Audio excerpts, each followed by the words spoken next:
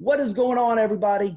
I am Jamie Shaw, the National Director of Scouting and Recruiting here at Absolute Basketball. And today, we are going to dive into the topic, who is the number one prospect in North Carolina's 2021 class? But before we get into this discussion, if this is your first time here, if this is your first time on the channel, and you want to continue to see more analysis, more player breakdown, more highlights and mixes, more elite prospect and college coach interviews, be sure to hit that subscribe button and continue to check in with this channel. Summer basketball has pretty much come and gone. All the players in North Carolina's 2021 class have taken the floor. And we at Absolute Basketball have seen them all in multiple settings, multiple weeks, and multiple weekends. Now, the conversation for who is number one can begin. We have narrowed the list to 3 players, and we will take a look here at Dontre Styles, Demarco Dunn, and Jonas Ado. We will discuss each of their games. We will take a look at highlights of each of them, and we will go through the discussion and then give our thought process as to who our number one player is, who the number one prospect is in North Carolina's 2021 class. Again, don't forget to subscribe to the channel, and if you enjoy this content, go ahead and hit the like button. And we want to hear from you in the comments below who you feel like the number one player in North Carolina's 2021 class is. But without further ado, let's go ahead and jump into the players. You're watching Absolute Basketball. First off, we're going to take a look at Dontre Styles. A little bit of background on Dontre. He's a 6'7" forward at Kinston High School. He plays his summer ball with Team CP3, where last year, not this year, but this past year, he averaged 15 points and 4 rebounds, playing up as a 16U player, playing 17U on the EYBL with Team CP3. In his career at Kinston High School, he has played in 88 games and won 72 of them. He scored 1,171 career points, good for a 14.5 points per game average, while shooting 59% from the field on 8.7 rebounds per game. Last year, he averaged 19.7 points and shot an astonishing 76% from the field. He also added 11 rebounds, 1 assist, 0.6 steals, and 0.7 blocks per game per max preps. And then he committed to University of North Carolina in April of 2020. Dontre Souza is currently ranked number 68 by 247 Sports in the country. Now let's take a little bit of a look at his game. He is an incredibly productive player. Dontre uses his great length, his incredible strong frame, and his explosion to really produce on the floor on both ends of it. He's a very active rebounder. As you see, he does a great job ending possessions, but he's also active on the offensive rebound, extending possessions. So ending possessions, extending possessions from his forward position, rebounding the basketball, using his frame and length and athleticism on the boards. Very vital part of the game. He's also an incredibly efficient offensive player. He does a great job of playing within himself, knowing what he's able to do and capable of doing. And head coach Perry Tyndall over at Kinston High School does a great job of putting Dontre in the spots where he is the most effective at producing, whether it be the dunker position, whether it be from the mid post to the high post, maybe a couple catch and shoot threes throughout the course of the game. But you see that he does all of this at an incredibly high level and has done so for a number of years. Dontre is not a new name to the market. Dontre is not a new player who just burst onto the scene kind of out of nowhere. As you noticed, he's kind of been touted as the next player out of Kinston High School, who has produced the likes of Brandon Ingram, Reggie Bullock, even Jerry Stackhouse, numerous players gone on to the NBA. Dontre Styles has been touted as the next player up since he was in middle school. Now it's his time. He's been playing on varsity since his freshman season. As you saw, 88 games, 72 wins, and a 14.5 points per game average. He's been productive on varsity since his freshman season, and he's continued to grow in his role every single year since. Playing last year on the Team CP3 with the likes of Shaquille Moore, who went to NC State, with Cam Hayes, who also went to NC State. The junior averaged 15 points per game, playing up on the EYBL with this Team CP3. So the production is really what screams at you. The production of his game, the efficiency of his game, and the winning nature of his game is really what screams at you, for the next level, and doing so in the frame that he has with the explosion and length and all of that. And looking at what he's continued to improve, he's a tweener as a prospect. There's a lot of question looking at, is he a 4? Is he a 3? Where's he going to be most productive at? Where's his game going at? But if you take a look at it right now, the small ball guys is what's really, really, really in vogue now, especially in the NBA. The switchability on defense and stuff. You know, you look at guys like Draymond Green, you look at guys like PJ Tucker, you look at guys like Lou Dort. These players are 6'5" or so, very strong, but able to guard multiple positions all over the floor, as well as play efficiently on offense and do all that type of stuff. Now, Dontre shot over 40% from three last year at Kinston High School, taking the limited amount of threes that he did throughout the course of the season. So that is something that is part of his game that he can do to kind of stretch the floor and pull gravity on that. But his switchability on the defensive end, as we said, being a tweener here and really leaning into that, really leaning into the fact of being an undersized switchable guy who can defend all over the floor, multiple positions, both on the perimeter, both and on defense, and all that type of stuff. Continue to loosen up his hips, continue to not be, stiff, and to continue to get the flexibility and all that type of stuff in his game. Really could open up a whole lot of doors, and just leaning into that and embracing that as a player and as a prospect. There's a lot of money to be made in doing that, especially even at the highest level, and all that type of stuff. He's going to UNC. UNC is a blue blood situation. A lot of players from Kinston have gone on to UNC. There's a lot of love there. It'll be interesting to see how his career goes. It'll be interesting to see where he goes. I think there's a lot of people who are talking about the Nas Little comparison, who just came through as a one and done player at UNC a couple of years ago. And there are some similarities there, both with frame, both with stature, both with the game, and how they play and all that type of stuff. So it'll be interesting to see how Dontre's career at UNC goes, if the Nas Little comparison kind of lives up to its hype with that. But that's the first look at the first player, Dontre Styles. Now moving over to Jonas Ado, who's a newer player kind of to this list. Jonas Ado is a 7-foot center at Liberty Heights Academy. He plays his summer ball with Team Curry AAU. Previously, before Team Curry, in previous years, he played with the NC Red Storm, and then even last year. So he'll be attending Liberty Heights this year. Last year, he played at Voyager Academy in Durham, North Carolina, which is where he's from. A little bit of background on Jonas. At Voyager Academy, he was the top 3 on his 22-7 Voyager Academy team in points, rebounds, steals, blocks, and minutes played for his team.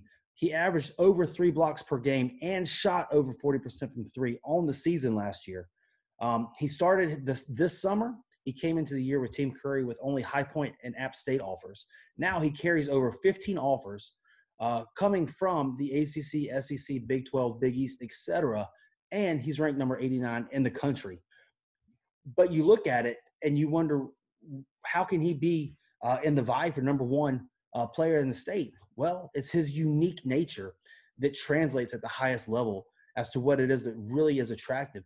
And while you look at these rankings and there's a difference between production and projection, you have to take a look and take into it all. Looking at what Jonas Ado does, he is an elite level rim protector. Rim protection is everything in basketball today. It allows your guards to play heavier up top. It allows them to cheat higher. It allows them to be more aggressive kind of in the passing lanes and also guarding the ball further out, knowing that there's help in the back, that if they do get blown by, there will be somebody there to protect the rim and to kind of erase shots. But not only do shot blocks count there, but also rim intimidations, causing a player to not have a clear path to the rim, because out of the corner of their eye, they know that Jonas Ado or whomever the big is may come in and block their shot. It adjusts their shot. It has them finish, different ways at the rim than they're normally comfortable to. But also, he is an elite shooter for his size. So an elite shot blocker already, but also he's an elite shooter for his size. At 7 foot tall, he shot over 40% from 3 last year. That is something that will translate over to the next level as well, because he is a high-level shot maker. Especially on catch and shoot. He could do it as a trail 5. He could do it as a pick and pop. He even has sets run for him in this for this Team Curry team where he stands in the corner and pulls gravity. Allows his point guard to touch the paint and then make a decision. Do I want to finish at the rim or do I want to kick it to Jonas for the open shot if the big man sags off? Because he'll come out and he'll make the first shot. He did it just this past weekend in the championship game going up against Team Charlotte. their big 7-foot Patrick Wessler was guarding him, and they wanted Patrick to sag off. Well, the first shot, they threw it out to him. Jonas made it. Then it caused Patrick to have to guard him and get a hand up so he can close out on that. Or Ja'Cory, the next guy, whoever was guarding him at that time, Ja'Cory Owens, Patrick Wessler, their center, to go out and actually guard him, which opened up the passing lanes because, they were further out, inability to be able to get back and recover. So being an elite rim protector on defense and being an elite three-point shooter on offense, that already gets him in the unique status of being 7 foot tall. But then you add in his switchability on D. He's got good footwork that he's still continuing to learn, but he can move his feet. He's got great anticipation in the passing lanes, but he can move his feet and switch on screens, which is another thing that's incredibly unique and rare and highly sought after at the NBA level with bigs who can move their feet, who can protect the rim, and who can do all this type of stuff. Well, Jonas checks all of those boxes, which is why, he's being talked about now regularly as an NBA type of prospect. He's able to grab rebounds. He's very good, very, very good at ending possessions on the defensive end. And he uses his length and his activity to tip the ball and all that type of stuff on the offensive end as well. But he's really, really good. He's become really good this summer at ending possessions and defensive rebounding in and out of his area, putting his body on somebody, and creating space for the ball to come. And also, his incredible length and all that type of stuff, ending possessions on the defensive end, rebounding. And once he grabs the rebound, he's able to push the break under control. He does this numerous times throughout the game. If he grabs the rebound and everybody kind of gets back, he's able to push the break, and he does so to get, about to half court and start the break. What this does for a team is it gets the team going into their offense. So instead of having the point guard have to come back to get the ball, pass it to him and then turn around and go back up or whatever, or even swoop through and all that stuff, everybody's able to kind of go ahead and fill the lanes and get into their secondary offense with Jonas, and it allows the defense to kind of be on their heels and have to react to the big pushing the break and getting into the sets. And it just adds seconds, especially when it comes to a shot clock, which you'll have in college. Every little second counts and being able to get into your stuff. And also running your break and getting open and everything too. And he's got a go-to move over his right shoulder. This is a little bit unique being that Jonas is right-handed, but he's really comfortable on the block with his left hand. He's got a go-to jump hook there that he uses regularly, that he can get to on the block with his back to the basket, which is huge to him. And as he continues to further develop, creating that same go-to move over his left shoulder, and then also developing a counter move off of that go-to will be things that he's continuing to work on and all that type of stuff too. But to be able to shoot the ball 30% or 40% from three, and be able to get fed the ball in the post and score with your back to the basket and all that type of stuff, he's just a totally unique prospect. But then looking at his development, continuing to develop with the right hand go-to move, continuing to develop with the with the counter off of the go-to with the left hand as well. It will help in diversifying his post game. He also needs to continue to develop his core strength, from his just his core strength. He needs to continue to get stronger there. That's the base of everything that you use within the game of basketball. That's the base that you use on your shooting, on your passing, on your running, on your defense, on your stamina. The entire base of your game of basketball is with your core strength. As he continues to develop that, everything across the floor will be enhanced on him. And he's only just 17 years old. He's only going to turn 18 this season. I believe in December is when he turns 18 years old. So he's very young for his grade. And that's one of those unique things kind of where as a college prospect, college coaches want to get older. As an NBA prospect, they want to get younger. So that's kind of one of those things, depending on who you ask, if that's a positive or a negative. The fact that he's only 17, that he'll graduate high school this year as an 18-year-old. Colleges will look at that and, one way, and NBA people will look at that in another way. But you have to sit there and look at that as he's only 17 years old, already 7 foot tall, already able to do all these things on the positive end. And that answers the question as to why Jonas Ado is in the conversation for the number one prospect in the state of North Carolina. And finally, let's take a look at Demarco Dunn here. 6'5" wing from Westover High School in Fayetteville, North Carolina. He played his travel ball this year with Garner Road AAU program out of Raleigh, North Carolina. a little bit of background on Demarco. He moved this year to Fayetteville from Arizona, so this is his first year in North Carolina. He immediately made a splash. He immediately went into the top 5 of the rankings within the state of North Carolina. He earned an offer, actually. His very first event that he played in North Carolina, VCU extended an offer to them. Looking at his season, his team, he led his team, Westover High School, to a 30-0 Coast State Championship. Obviously, we say Coast State Championship because they couldn't play the state championship because of COVID and quarantine and all that type of stuff. They canceled it, I guess, the day before he was to play. 30-0 season, Coast State champion. And for that team, he averaged 20.4 points per game, shot 45% from three, 71 of 154 from the three-point line, 7.2 rebounds, 2 assists, and 2.7 steals per game. As we mentioned earlier, he picked up his first offer in the first event that he played in the state of North Carolina from VCU in November. He's since picked up 20 or more offers since then. He just announced his final 7 schools, which include UNC, Arizona, Vanderbilt, Clemson, Georgia, Louisville, and Texas. And he is currently ranked number 87 in the country by 247 Sports. So looking at Demarco, the thing that pops most about him, the thing that is his hat to hang on, is he is an elite shooter. He is a big-time shooter with consistent balance, release, follow-through. Everything about his jump shot is picture-perfect technique-wise. He's always catching the ball with his feet set, ready to make a move. He's on balance. He's ready to catch it in stride. If the guy is off of him a little bit, he's ready. He can get it off with quickness. If he's not on him, he's balanced enough to be able to put it on the floor for 2 dribbles, pull up. He's also balanced enough to shot fake, keep it going. Triple threat position.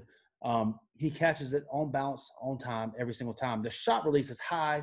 He's got long arms. The release is high, and it comes out quick because of his balance and his readiness to be able to shoot the ball. The thing that really pops about his game, outside of the shooting, is the efficient play that he has. He's never rushed, and he's highly efficient, which this sometimes causes some people to watch his game and realize, he doesn't have the pop that, say, a Dontre Styles has in his game and coming up and putting his head at the rim, dunking the ball. He doesn't have that type of, 7-foot shot blocking into the third row that Jonas Ado has. He's a guy who catches the ball if it's not there, he passes it around and relocates. He's a guy who, if he has a smaller player on him, he'll take him down to the block and post him up. Hit him with a couple of an up and under finish at the rim. He's a guy that may not take his shot until the third time the ball comes around to him. He's got a great vision. He's got great court sense, and he's very aware of his game. But I think another thing, too, is that despite his efficient play and despite the fact that he's never rushed within his game and always takes the right shot and always makes the right play, I think it gets lost in translation how competitive he is. And talking with Demarco, it's always all about winning. It's always all about getting the best matchup and getting the best shot every offensive possession for his team. Not only himself, but for his team. If he's guarded and the play is to get another guy a shot on a cut or a screen on the other side, he'll kick it around. But if he sees that the play's kind of broken down, or if he needs to take over the game, he will absolutely do that as well. He kind of plays at a quote-unquote superstar's pace. You see that with him getting everybody involved. You see that with his ability to knock down the 2-dribble pull-up, to attack a closeout. Not only to attack a closeout, but to also attack the closeout and make the read. He'll get the 2 dribbles. If it's there, he'll take the pull-up jump shot. If the guy closes out, he'll continue to go and finish at the rim. Or if it closes out and the help's coming, he'll pitch it to where the help's coming from, on the play. So his court awareness and his vision is off the charts. And he also knows his spots. He knows where to get with his ability to score on each level of the court. As we said before, he can post you up.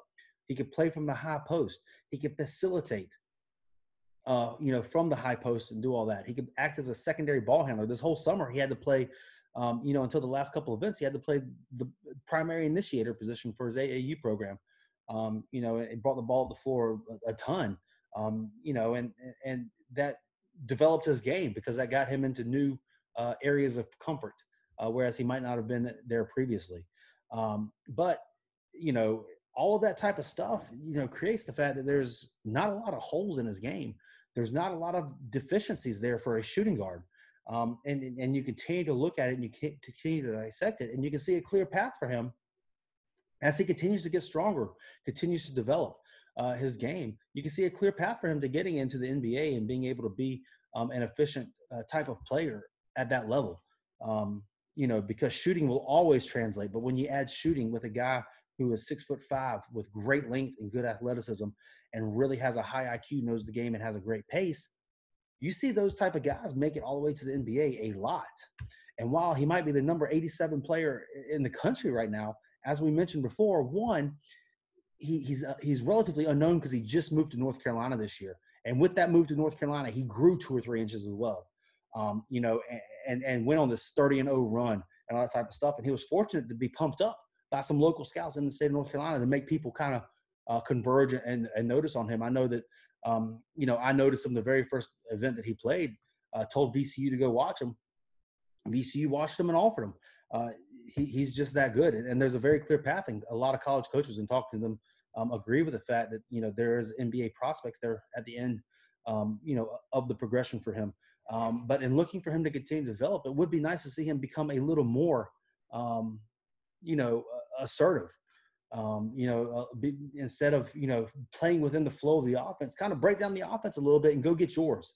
That's something that, it's kind of one of those damned if you do, damned if you don't things, because you see a player, who is really assertive, and you have, man, I'd love to see him play within the team concept. Is he a good teammate and all that stuff? But you see a player who plays within the team concept, and then you say, well, man, I'd like for him to be more assertive.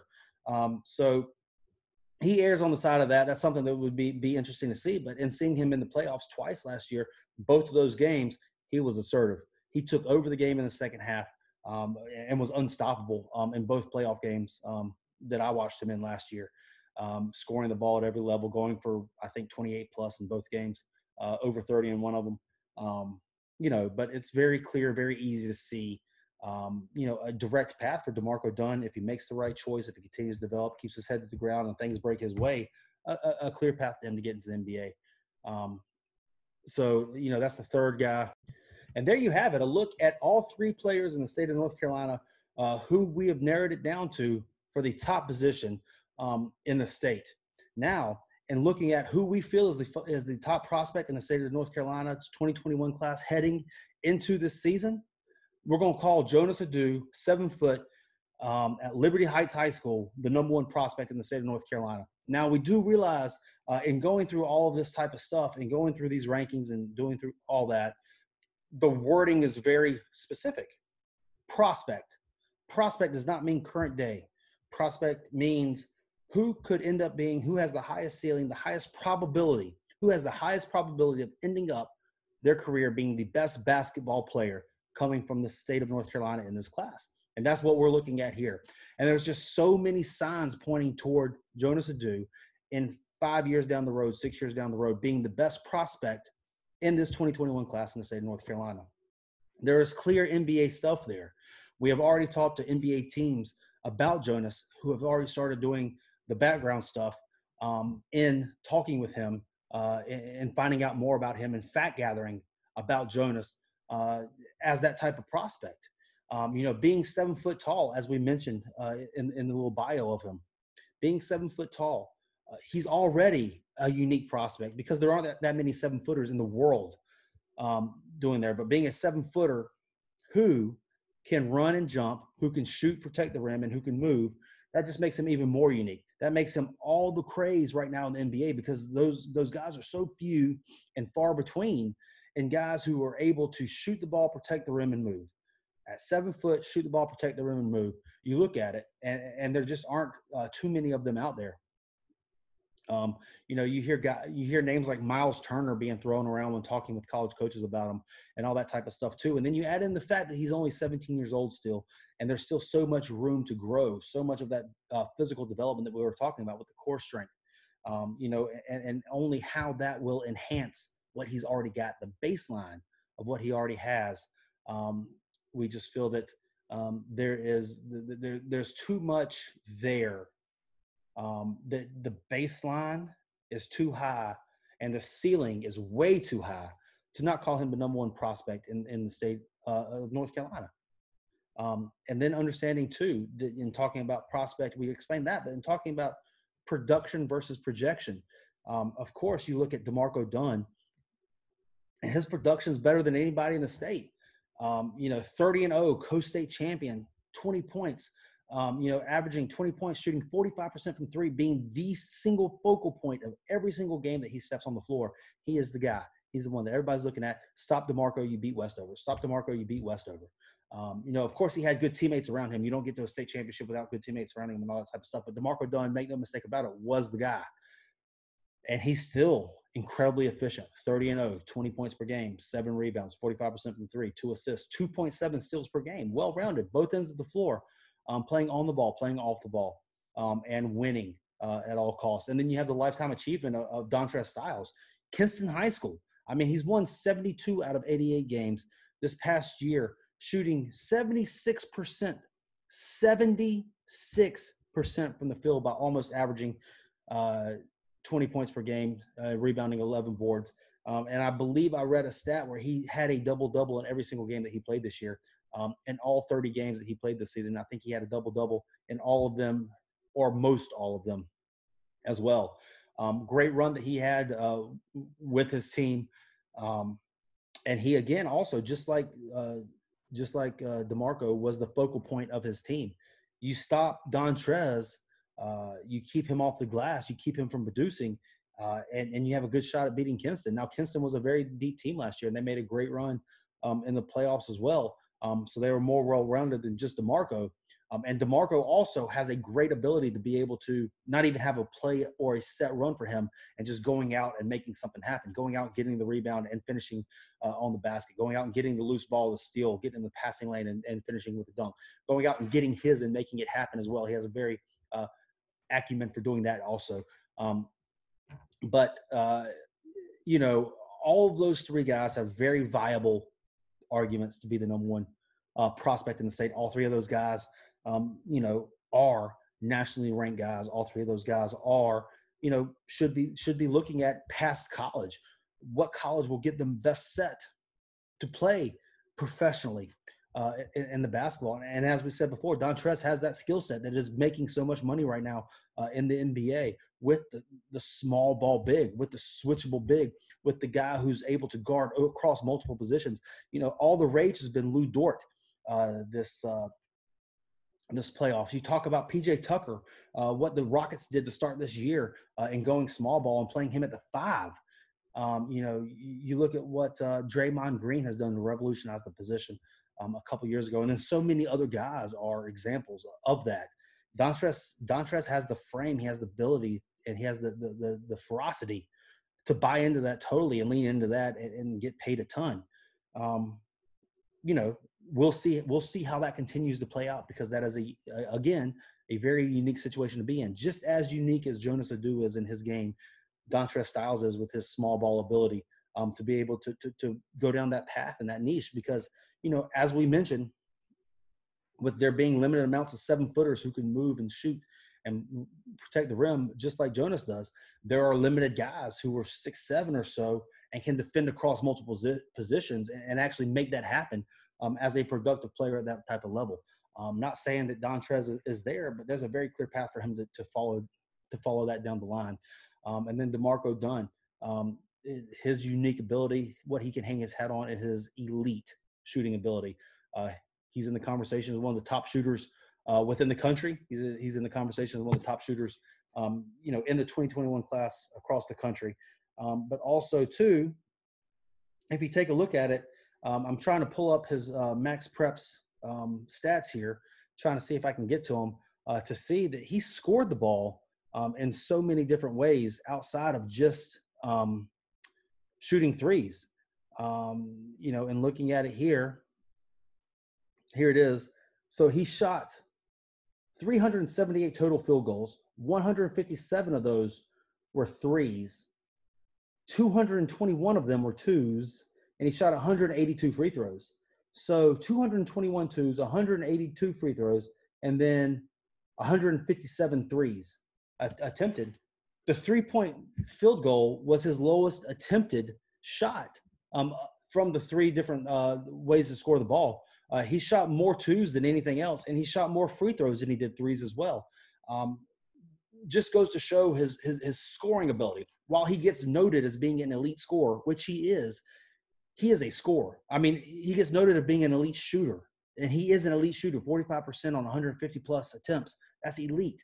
But he's also an elite scorer. He does it in an efficient manner, and I think that gets lost in translation sometimes in calling him a one-trick pony with the shooter when he's not. He's a scorer. He's a bucket getter at 6'5" with long arms. He's able to manufacture points by either attacking the basket, attacking the mismatch, getting to his spots, and then getting the shot that he wants. Not the shot that the defense wants him to take. There's a difference. The shot the defense wants you to take and the shot that you want to take. He's able to get to the shot that he wants to take and, again, score that in an efficient manner. But, again, for this exercise, we narrowed it to 3 players. Of those 3 players, heading into this coming up season, Jonas Ado, 7 foot, Liberty Heights Academy in Charlotte, North Carolina, is the #1 prospect in North Carolina's 2021 class. Thank you very much for checking into Absolute Basketball Channel on YouTube. Don't forget to subscribe and go ahead and hit that like button. Also, we want to hear from you in the comment section below. Who do you think is the #1 prospect in the state of North Carolina for the 2021 class? And if you want to tell us why, please go ahead. Let's have a discussion about it. Want to give a special shout out to New Balance Basketball. Go ahead and be on the lookout for the next couple of weeks about a special pop-up shop with the Absolute Basketball, New Balance Basketball collab. And we want to thank everyone who participated in the first pop-up shop that we had last week. All the stuff that was sold and went through and all that type of stuff there. Thank you all very much for supporting. Be sure to look out for the next one, the exclusive video that will be coming out in that pop-up shop. Also, check out all of the information on the Absolute Basketball Fall League that's coming up here. It's going to be every Sunday in October at the Comenius School in Fort Mill, South Carolina. Elite basketball, elite talent, elite players, elite matchups.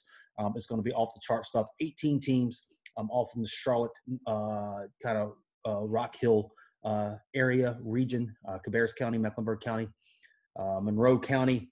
I believe those are all the counties represented. But it's going to be elite basketball, talent on every court, fun stuff. Make sure you check that out.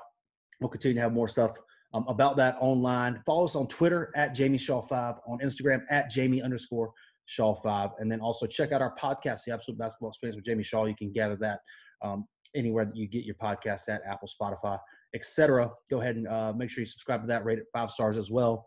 And thank you guys for checking in. Until next time, I am the National Director of Scouting and Recruiting at Absolute Basketball, Jamie Shaw. Thank you very much.